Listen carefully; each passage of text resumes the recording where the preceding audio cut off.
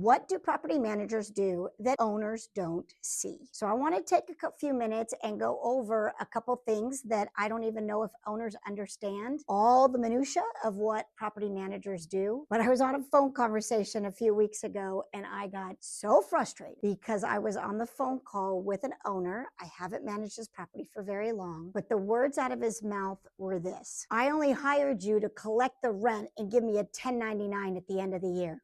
That is not all that we do, I can assure you, and I'll take a few things today in this video to talk about.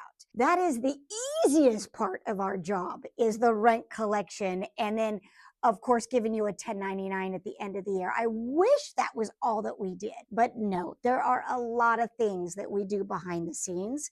And so the first thing I want to talk about is we prevent problems that might happen that could be very expensive for our owners.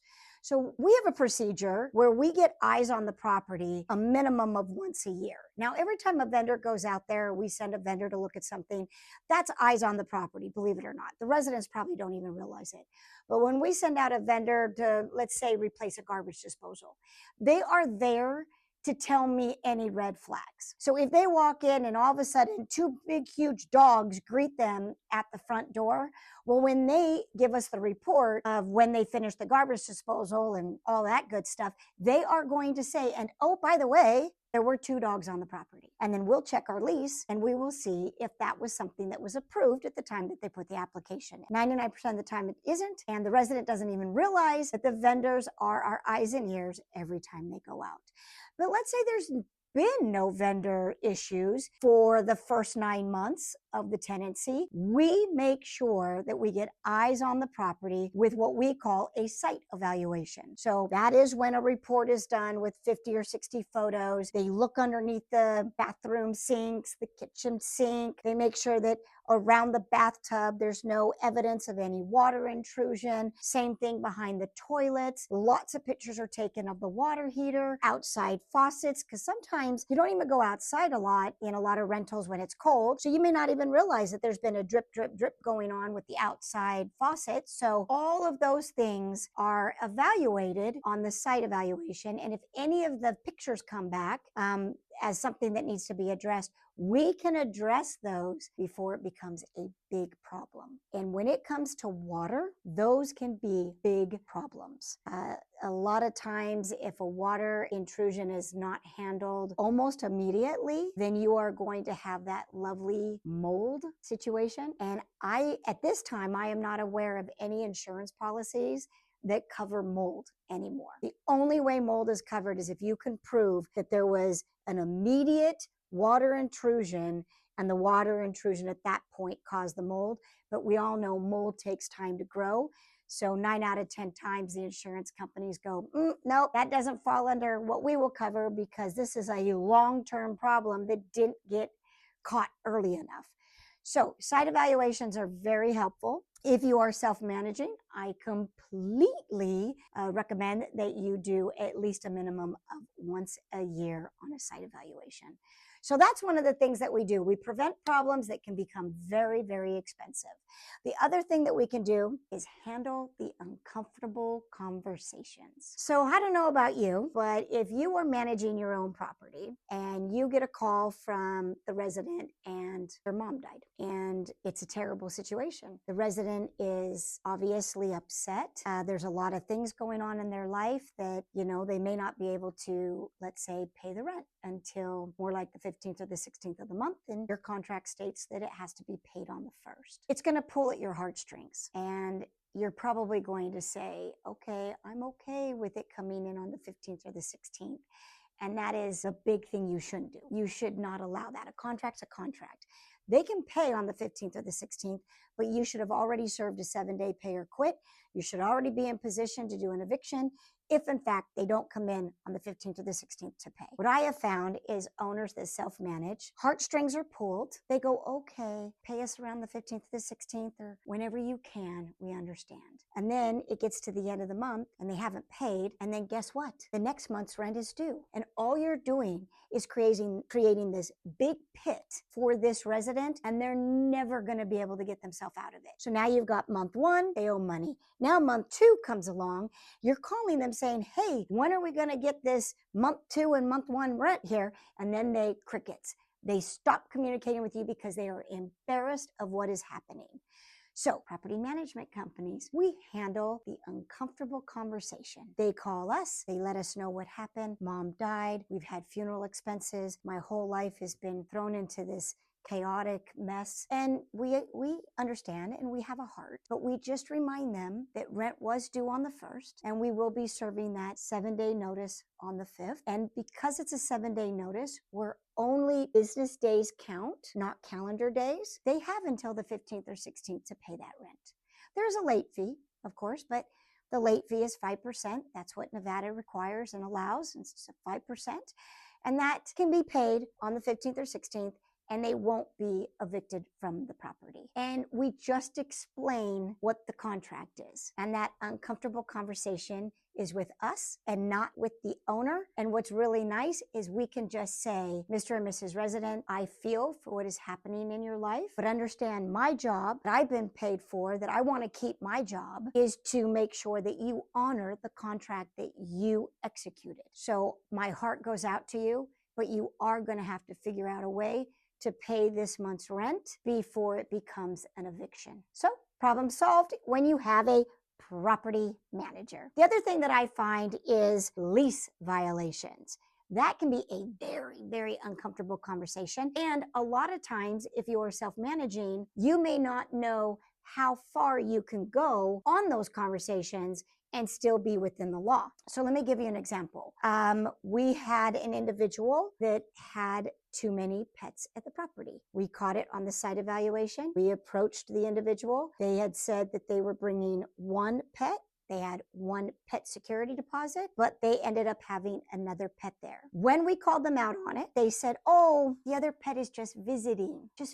My boyfriend brings it over, but when the site evaluator was there, that's what he saw. So we don't have two pets. But in our lease, it clearly states that you can't have any other animal at the property without prior written authorization. So no matter what, they have broken the terms of the lease. So it's clearly a lease violation. So we have procedures in place that we clear all that up. Usually, because they know that they are in a lease violation and they've got to clear it up, they become honest with who and what that pet is. And then we let them know that, why don't you put in a pet application? We will see if the owner will approve your second pet.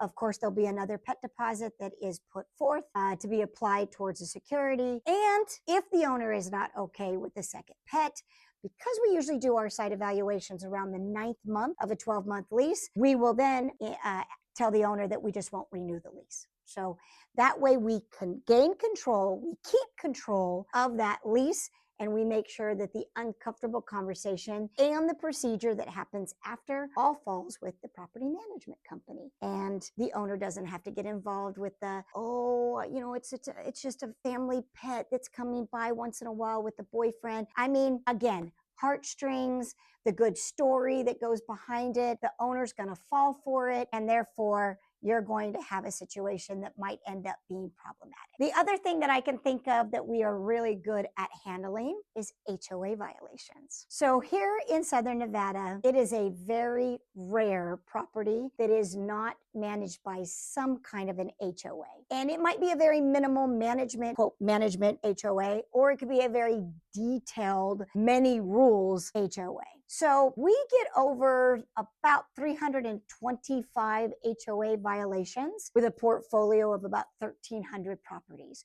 So we have a team member that is completely dedicated to handling all of those HOA violations. If you are self-managing, you are going to do that yourself. And do you know the proper procedure on how to get an HOA HOA violation closed out. Because it's not just, oh, they've left the trash out longer than they should, and we've got an HOA violation.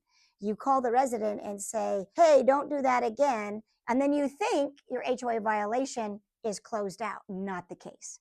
There is a procedure that needs to happen in writing to make sure that you get that HOA violation closed out. So that's something that a good property management company will do. If it is something like a broken blind, then what we will do is we will make sure that we reach out, we find out if the resident broke the blind. If they did, we will make sure that that gets fixed within the time frame that needs to be done.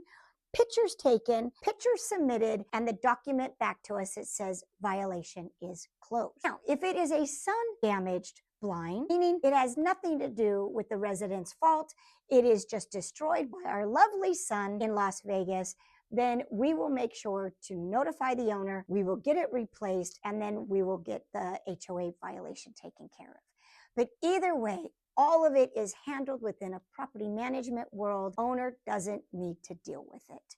So that is one of the other things that a property management company does that an owner may not realize is about 5 steps to get that violation completely closed out and handled. I also like to say that the way that property management companies can handle all of these uncomfortable conversations is to not make the owner the bad guy. So what we are really good at is we just fall back on the contract. We fall back to what they agreed to. And then that way, the owner never becomes the bad guy. If anybody becomes a bad guy, it's going to be the property management company. But handled correctly, most of the time, we are not the bad guy. We are just following what that resident agreed to at the time they collected the keys and moved into their rental. So that's something that a property management company does that maybe an owner doesn't quite understand. It's like pulling the curtain and seeing it all done. The other thing that I think is super important that I don't know if owners quite grasp is how to stay compliant. There are an awful lot of regulations and rules and laws that need to stay obeyed so that nobody ends up in court. And a few of them are a water heater breaks down and there's no hot water going to a property. 48 hours later, it needs to be restored. 48 hours from the time there was no hot water. The other thing is with AC. AC with high temperatures. And I believe that, there's nothing written that says it has to be at 90 degrees or it has to be at 85 degrees. It's when it's uncomfortable in the property. And remember, a property that doesn't have a working HVAC or a central air, inside the house is hotter than what the exterior temperature is. So if the exterior temperature is 85, I guarantee you it's 93, 94 inside that property. So you have to make sure that you have that AC restored or temporary AC units, portable AC units in the property within 48 hours as well. If you cannot get portable AC units and there's not another working AC in the property, you are going to have to relocate that resident somewhere else because the law is very explicit, 48 hours. There's also this thing called fair housing. And if you're not in the rental world, fair housing can really be a bad thing if you don't know, because it's not a lower court. If you are found to discriminate against fair housing, you are going to go to a federal court, and federal courts are very, very expensive. Lower courts like justice court, you can do that without an attorney. That's like your small claims court. The minute you get into federal court, you better open up your checkbook because you are going to need at least one attorney, maybe sometimes 2 attorneys, and it drags out for months. Sometimes you even have to go before a jury. It won't be a 12-person jury, it'll be an 8-person jury. But you will be leaving the fate of you or your company in the hands of 8 jury members. So you want to make sure that you understand fair housing and do not do anything that causes you to get in trouble with that. The other thing is you want to know local regulations. For instance, in October of 2025, AB 121 was passed. You might say, well, if I am self-managing, how the heck am I supposed to know that AB 121 got passed? And what is it? Well, it's important to know because it talks about how you advertise a rental. So we used to advertise a rental with what we would call the rent. So the rent would be whatever it is, and then we would have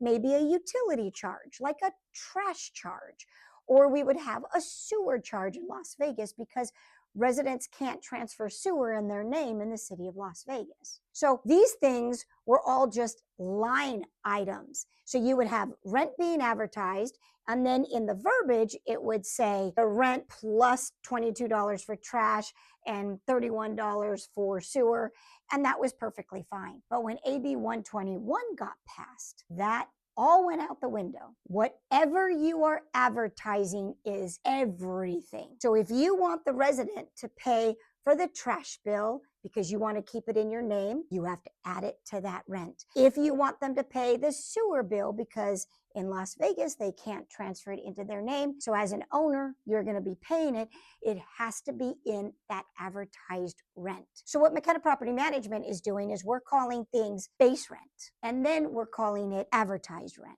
So base rent might be $1,700, but because we have a resident benefit package of $37, which is mandatory, then we will need to advertise that property at $1,737. Now, if we decide to take a price reduction, let's say we want to get under the $1,700 as total advertised rent, and we need to go $1,700 minus $37 mandatory resident benefit package, and then the base rent, or the rent that the owner is going to be looking at, now is that $17 minus the $37.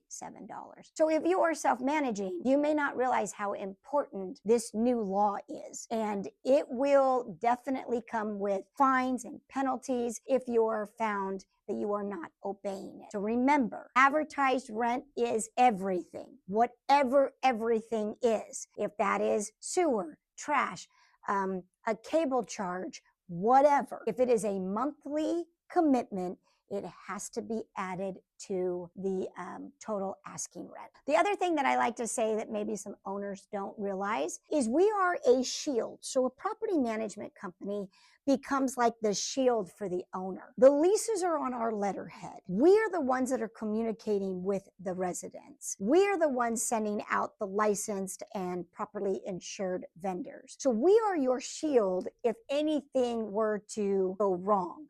Yes, everybody can sue anyone. We get that. But the fact that you have a protection of a property management company means that we are going to have the proper documents. We are going to have the photos. We are going to have the emails. We are going to have anything that needs to be produced if we are to go to court. And of course, because the residents are usually mad about something, their first reaction is going to come to the property management company. Hopefully we can resolve it, settle it before they decide to go to court. So I like to say we are the owner's armor. We like to shield them from anything that a resident wants to go after the owner on. And I'm just going to give you a quick little example. I went to small claims court about a week ago because the resident that had moved out felt like that the charges that we charged against their security deposit were unfair. They were too high. So when I went to small claims, and again, you never know how things are going to happen in court because everything is based upon what the judge decides is right and wrong. And I was pleasantly excited about the results. Let's just say that. I came in with the emails trying to settle this with the resident after they moved out. McKenna Property Management came in with the proper security transmittal, itemizing everything that we did charge. Attached were the invoices, so all within Nevada law's requirements, all sent to him within the 30 days that Nevada requires of that. And then I had all of the documented photos that were timestamped. And that is the reason I was able to walk out of court and not have the judgment against us. The judge was able to look at the plaintiff and say, Mr. Resident, the invoices that were attached to your security deposit transmittal, they are not crazy. They are in industry standards. And looking at the pictures and how you left the property is the reason why they had to do all the things that they did. So I find that property management companies, because we do it so often, we are so good at documenting everything and making sure that if we do go to court, we are going to be able to prove our case to the judge on whatever it is that we charge that resident. So that is something that if you are self-managing, you may not be as detailed oriented on that or understand exactly what is industry standards. And that could run you into maybe getting a judgment against you and having to pay 3 times the security deposit. So anyways, I hope you found some of this interesting. This is all about what property managers do that owners might not realize that we do. And there's a heck of a lot more, but this is kind of the 3 areas that I wanted to talk about today.